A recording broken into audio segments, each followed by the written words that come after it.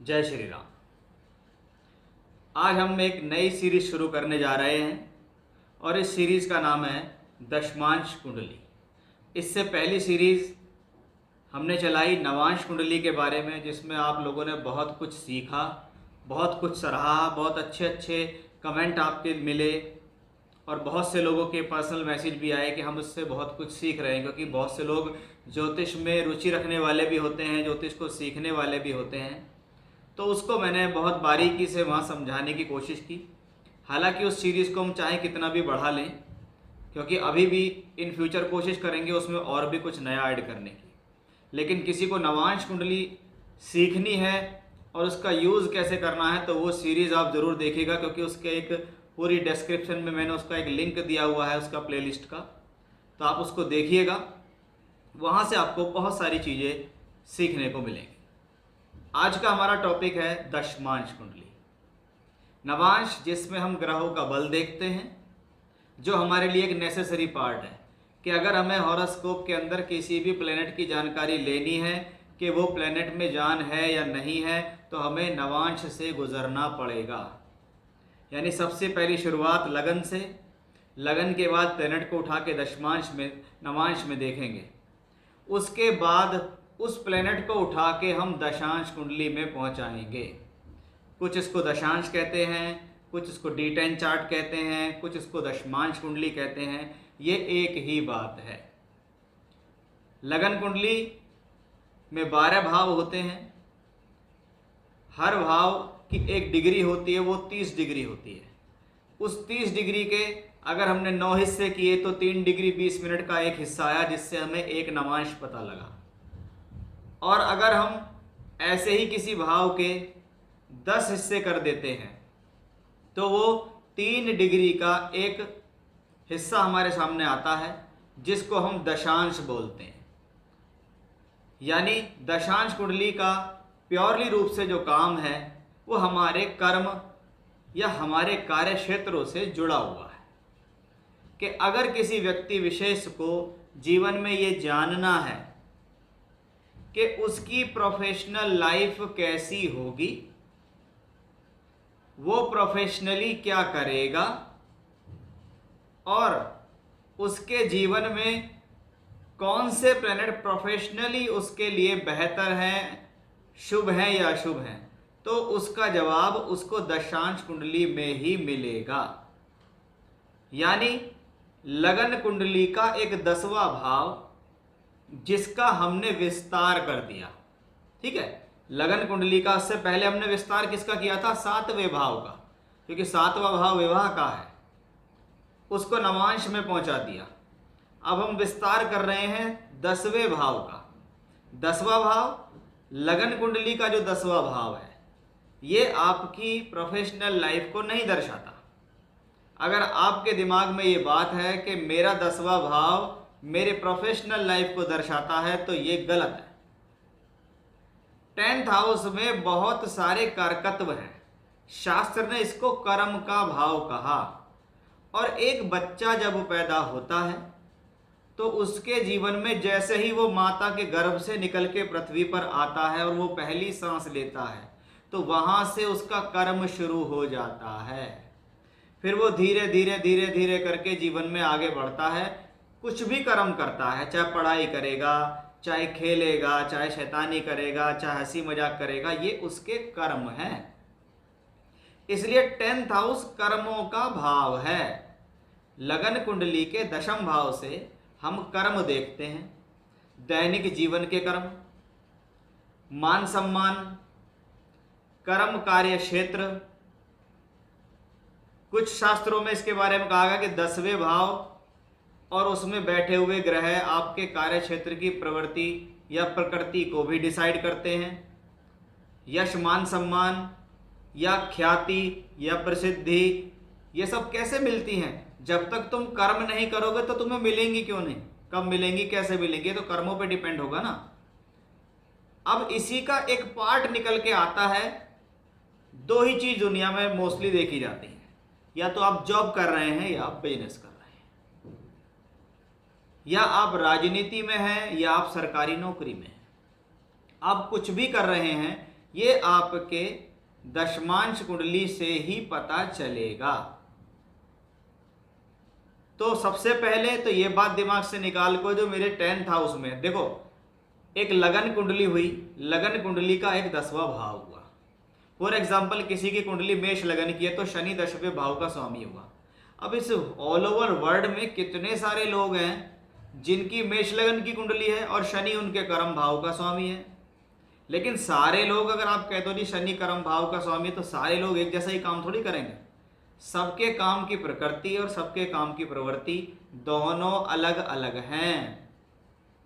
इसीलिए दशम भाव से एक चीज हमने खींच के निकाली कि 10वें भाव की 30 डिग्री है, उसको हमने डिवाइड कर दिया 10 से, तो 3-3 डिग्री निकल के आ गई, या 3 से डिवाइड कर दिया तो 10 निकल के आ गई, तो हमने कुल मिला के दशमांश वहां से बना लिया। तो आजकल बहुत साधारण स्थिति में होता है कि आप कंप्यूटर पर एक क्लिक कीजिए, आपको मैनुअल कैलकुलेशन करने की जरूरत ही नहीं है, आपका दशांश कुंडली तैयार हो जाता है। अब जैसे नवांश कुंडली का एक मुख्य भाव होता है लगन और सप्तम भाव, यानी लगन आप स्वयं, सप्तम आपका जीवन साथी, इसीलिए दशमांश कुंडली का भी मुख्य भाव होता है लग्न। देखो लगन तो सर्वोपरि है, हर किसी वर्ग कुंडली का लग्न देखना जरूरी है।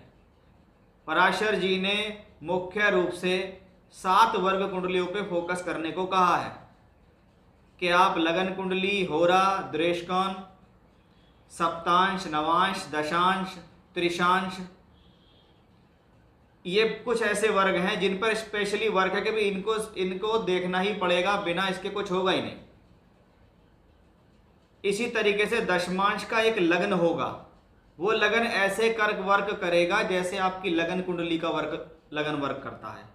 और इसका एक मुख्य भाव है, वो भाव है दशम भाव। यहां से आपकी प्योरली प्रोफेशनल लाइफ पता लगती है कि एग्जैक्टली आप अपने जीवन के अंदर प्रोफेशनली यानी कर्म कार्य क्षेत्र को लेकर क्या करेंगे।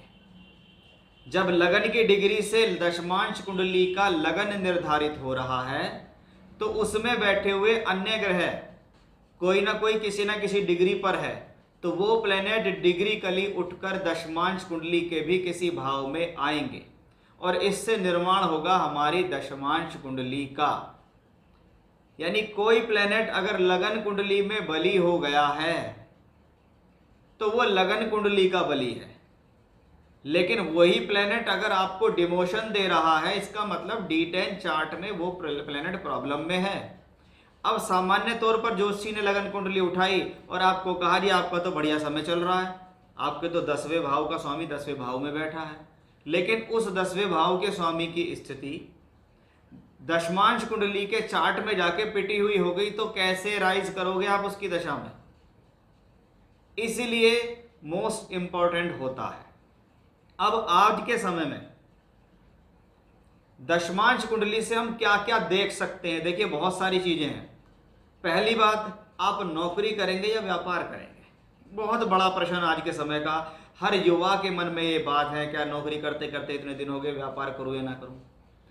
जीवन में चेंज कब आएगा?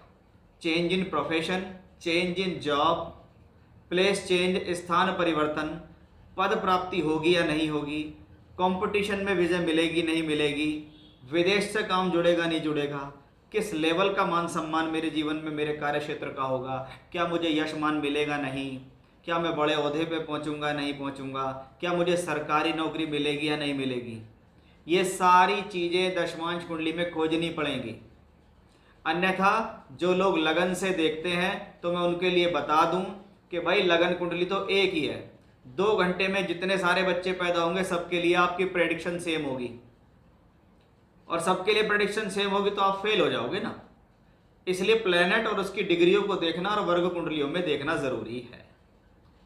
अब दशमांश कुंडली में प्लेनेट को कैसे देखें, ये मन में सवाल आता है कैसे देखें। इसके लिए वैसे अलग से एक वीडियो बनाऊंगा मैं कि प्लेनेट को सबसे पहले लगन में देखो कैसा है, उसके बाद उसको नवांश में पहुंचाओ, वहां देखो कैसा है, बली हुआ है, कमजोर हुआ है, मित्र की राशि में है, शत्रु की राशि में है, वर्गोत्तम है या पुष्कर नवांश में है। स्वराशि का है या उच्च का है, और उसको पेपर पे नोट कर लो। फॉर एग्जाम्पल सूर्य की दशा आई 6 साल की, सूर्य को हमें देखना है कि भाई वो लगन कुंडली में कैसा है और नवांश में कैसा है, और हमने देख लिया भी लगन में भी अच्छा, नवांश में भी अच्छा, यानी ग्रह में बल है। अब हमें ये देखना है कि ये बली ग्रह हमें प्रोफेशनली क्या देगा, इसलिए उसको उठा के दशमांश में पहुंचाओ और दशमांश में जाके देखो उसका स्ट्रेंथ क्या निकला, तभी आपको पता लगेगा। लेकिन डायरेक्टली पहुंच रहे हो कि भाई लगन कुंडली के प्लेनेट को उठा के मैंने डायरेक्ट दशमांश में पहुंचा दिया, तो शायद आपको उसका पूर्ण रिजल्ट नहीं मिलेगा। इसलिए नवांश से तो गुजरना ही पड़ेगा, क्योंकि नवांश लगन और दशमांश कुंडली के बीच का घर है, इसको उलांग के नहीं जा सकते, इसके अंदर से ही जाना पड़ेगा। जब हम देखते थे नवांश कुंडली में सप्तम भाव का स्वामी, यानी विशेष रूप से सप्तम भाव का स्वामी नवांश कुंडली में कैसा है, तो ऐसे ही हम देखेंगे कि भैया लगन कुंडली के दशम भाव का स्वामी कौन है, वो दशमांश कुंडली में कैसा हुआ। एक बात, क्योंकि कर्म करने जा रहे हो ना, तो जब कर्म करोगे तो उसको दशमांश में जरूर देखोगे कि पता तो लगे। इसलिए जो थ्योरी हमने पढ़ी है, हमारे गुरुओं ने हमें पढ़ाई है, तो हम उसको हमेशा चेक करते हैं कि लगन कुंडली के लगन का मालिक दशमांश कुंडली में चेक करो। नियम नंबर 1, लगन कुंडली के दशम भाव के स्वामी को दशमांश कुंडली में चेक करो। नियम नंबर 2, दशम भाव की जो राशि होती है मकर राशि होती है, जिसको हम एक काल पुरुष की कर्म की राशि कहते हैं, वो मकर राशि दशमांश कुंडली में कैसा रोल अदा कर रही है, उसमें कौन से प्लेनेट बैठे हैं, वो कितनी स्वस्थ है या पीड़ित है। इन 3 चीज़ों से हमें जरूर पता लगेगा कि भी हॉरोस्कोप का कहाँ ठिकाना चल रहा है, कहाँ हॉरोस्कोप जाती दिखाई दे रही है। लेकिन ये सारे मुख्य तथ्य हमें दशमांश कुंडली में मिलते हैं। और आज के समय में सबसे ज़्यादा ज़रूरी चीज़ होती है कि 18 साल का बच्चा हुआ, 22-23 तक पढ़ लिया, अब पूरी ज़िंदगी 23 से लेकर 60, 70, 80 तक जिएगा तो कर्म ही करेगा। तो ये एक बहुत वाइड पार्ट है, बहुत बड़ा पार्ट है, जिसको हम कोशिश करेंगे आपको बहुत ज़्यादा बारीकी से समझाने की। इसलिए ये जो सीरीज़ है ये नवांश कुंडली से भी ज़्यादा बड़ी होने वाली है और ज़्यादा इंटरेस्टिंग भी होने वाली है। और मैं हर बार आपको बताता हूँ कि भाई मैं एग्जाम्पल की कुंडलियाँ बहुत लगाऊंगा आपके लिए, और वो चीज़ आपको मैं समझाऊंगा एग्जाम्पल पे, कौन सा प्लेनेट कहाँ है, कैसे है, क्यों देख रहा हूँ, ऐसा नहीं देखा, वैसा नहीं देखा, सब कुछ बताऊँगा। बारीकी से देखिएगा, सारी चीज़ें इस हमारे सीरीज़ के अंदर होने वाली हैं।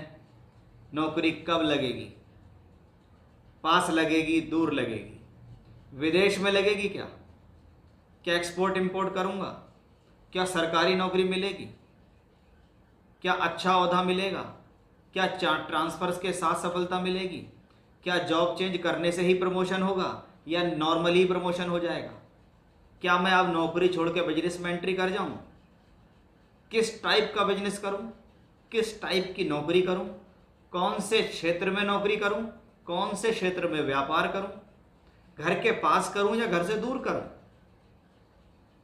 साझेदारी में करूं या अकेला करूं, क्या स्टॉक मार्केट कर लूं, क्या स्टॉक मार्केट करने से फायदा मिल जाएगा, क्या मैं एक फुल टाइम ट्रेडर बन सकता हूं।